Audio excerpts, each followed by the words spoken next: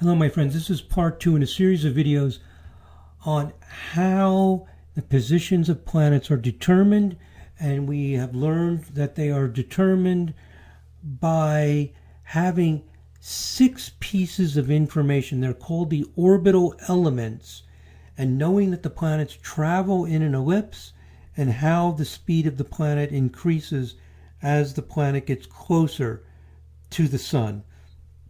All of that is described in the first video in this series. We're learning about these 6 orbital elements. If all this sounds bizarre and crazy like orbital elements, wow, it already sounds very technical and oh my God. It's really quite simple. Watch the first part of this series and all of a sudden you'll be saying terms like orbital elements and feeling comfortable with them. Okay, the next one is inclination. Now here's what the inclination is. On the right side is an image with the yellow, this yellow disk, you could call it, this yellow circle, shows the orbit of a planet. Let's say it's Mars or Jupiter or Venus, whatever it is. That this is a planet. It says here celestial body, this black circle. So let's say that that's whatever, Mars. So that's something, and in the center is, if this is Mars, as Mars goes around the sun is actually not in the center. It'll be a little bit off center, but it'll be somewhere in the middle of this path. Now notice that the planets travel in what we call a plane. They travel around and they will come back to nearly exactly the same spot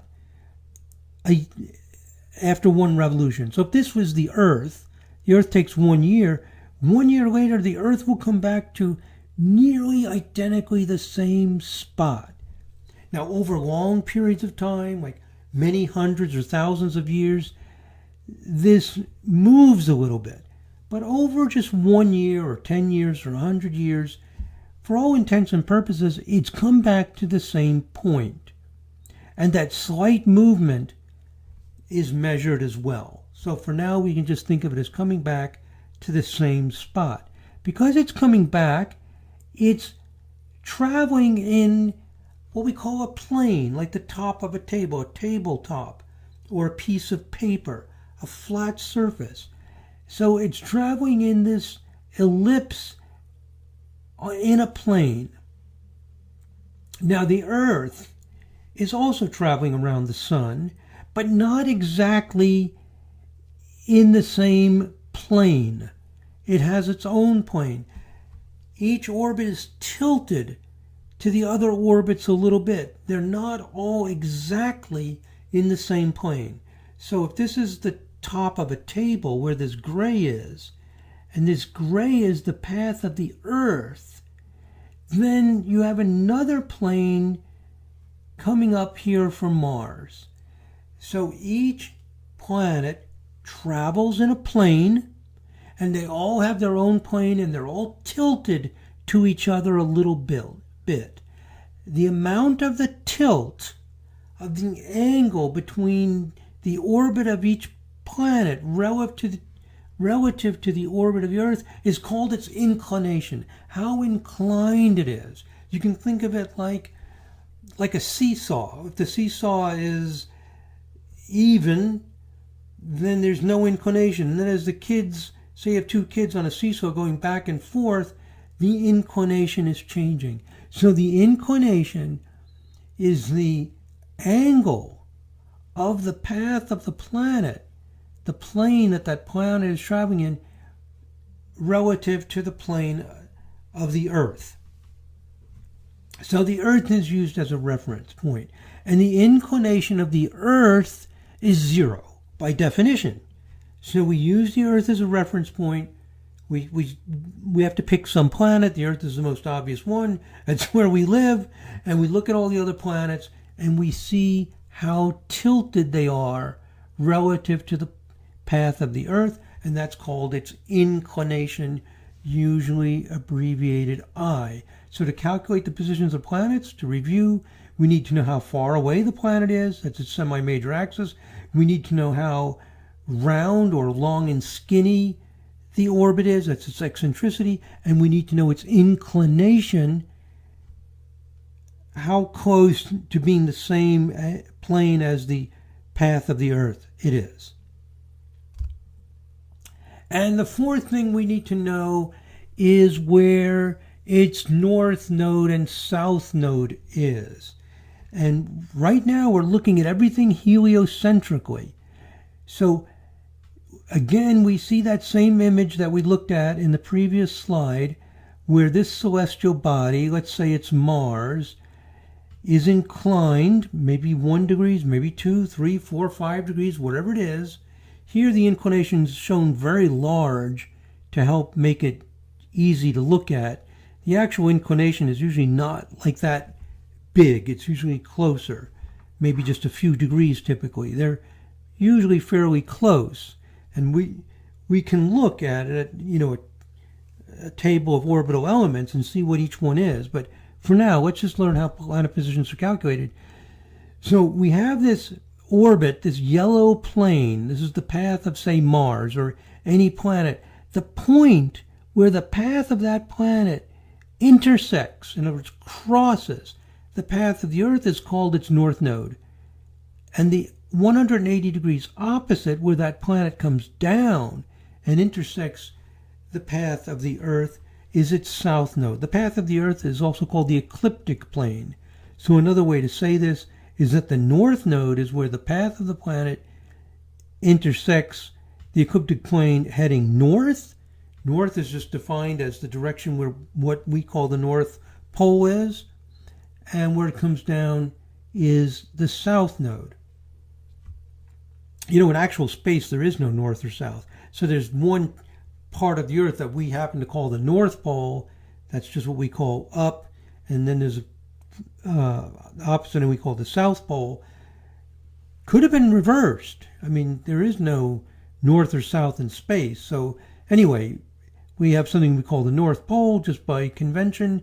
And when a planet comes up and heading up in the same area of the sky where our North Pole faces, that's the north node. And then exactly opposite, 180 degrees, is the south node. So to determine where the planets are, an astronomer would go out into the night sky, find that object, follow it every day, see what its path is, observe how far away it gets, observe what its eccentricity is, how far away it is when it's at the semi-minor axis. We discussed that, and I showed that in the previous video in this series. And we observe what its inclination is, and we observe the point where the nodes are.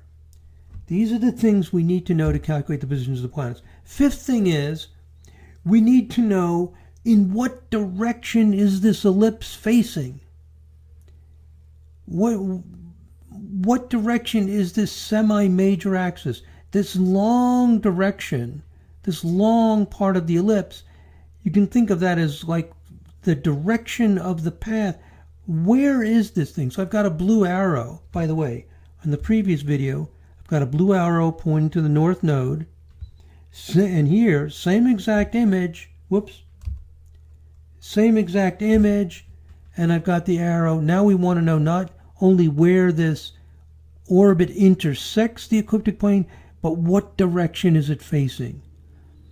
And this is the position of the Aphelion and Perihelion. They're opposite points. The Aphelion means the point away, farthest away from the sun, and Perihelion is the point closest, and they are both along the semi-major axis. I'm going to go back 2, 3, 4, 5, 6 slides. Let's go back to all the way back here. What I'm saying is, here's the elliptical path. The semi-major axis, of course, is horizontal, and the sun here is on the left. So this point on the right is the aphelion. Helion means sun, ap means away. It's the point farthest away. The opposite point is the perihelion, closest point to the sun. And they're both on this axis, they're 180 degrees from each other. They're both on the semi-major axis, of course. Now, with the moon going around the Earth, instead of calling it aphelion, because that would make no sense, helion means to the sun, it's called apogee and perigee, or some people pronounce it apogee and perigee. Apogee and perigee. G, meaning GE, is like Gaia, is Earth, away and close to the Earth. And then they have this fancy word, apsis, means either para-apsis. Apsis means either apogee or aphelion, that point farthest away. It's kind of a fancy word that we don't use very often, because usually we know what object we're talking about. We're talking about Mars or Venus or Jupiter or any planet going around the sun. We have a perihelion and aphelion point. So the fifth thing we need to know is, where is the perihelion? That, in essence, is the direction that this path, that this orbit has, because every planet is done differently. They're all different. They all have different inclinations. They all have different eccentricities. They all have different directions, you could think of it. What this ellipse, what direction is it pointing in?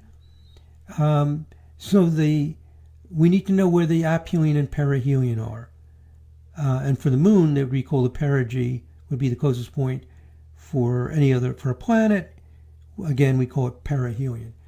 So we just need to know what the orbit is. We need to know how far away it is. We need to know how close to being round it is. We need to know how inclined it is to the ecliptic plane. We need to know where that path crosses the ecliptic plane, and we need to know in what direction that ellipse is facing. We just need to know what the orbit looks like. And the last thing is this. We need to know where the planet is at some point in time. We've got to anchor all this to some point in time.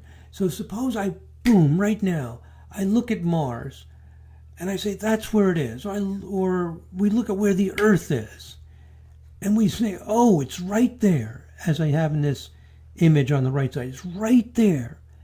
So this is called the true anomaly. Where is the planet at a given moment in time? And when you describe the anomaly, you describe where it is, how many degrees from perihelion or aphelion the planet is, how far has it traveled along this ellipse, and what time. You have to give me a time as well as a position. At what time? You could say, January 1st at 12 a.m. Universal Time. This is at that moment, this is where the planet is. And that moment is sometimes called the epoch. That's kind of a strange word, because to me, epoch means, I think epoch is like a period of time. But here it means moment of time. At that moment where the planet is. So that sixth argument anchors it to a moment in time. Now I know everything about the orbit of the planet. I know how far away the planet is. I know how round the orbit is. I know how much it's inclined to the ecliptic plane. I know where that orbit comes up and down. In other words, where its nodes are. I know what direction it's facing. I know, in other words, where the perihelion and aphelion points are. And I know where the planet was at some given moment in time by all of these, by observation. These are all just observed. They're not calculated, they are observations. Once those 6 values are determined, we put them through the Kepler's laws, we put them through these formulas, and bingo, presto, it tells us where the planet is at any moment in time. And actually pretty darn accurately. To get it more accurate, we need to go into phase 2 of the calculations. But that's phase 1. Now you know how planets are calculated if you didn't know before watching these videos. That's how they're calculated. I think that this is important. Looking at an ephemeris is just looking at where somebody calculated them and put them there. I mean, it's just like, well, it's like accounting. You're just looking up positions. This is how they're actually calculated. The amazing thing that many physicists are amazed by, if you think about it, I mean, so many of them talk about this, is that nature works by these formulas. You know, Kepler was actually the first person, I'm going to talk about this more in a book I'm going to write in the future, but at least from my point of view, and a number of people agree with this, Kepler is the first person to completely validate that you could take a formula and predict, using that formula, where something in nature is. That nature works by mathematical formulas. Until Kepler demonstrated that unequivocally and clearly, wasn't really clear. Galileo was another person involved in this and measuring how fast it takes things to fall, but really Kepler was the first to come up with the clear formula by careful observation and show that a formula actually works. So sometimes people are a little bit confused by all this, and I think the confusion is that you mean a formula? Like, just predicting the formulas are kind of interesting. Yeah, they just happen to work. Nature just works that way. Okay. Now, the next thing we're going to do, and I'll leave this to another separate video, is I want to go over Kepler's 3 laws of motion in a little bit of detail. Let's just go over what they are. We've already discussed the basic idea of them.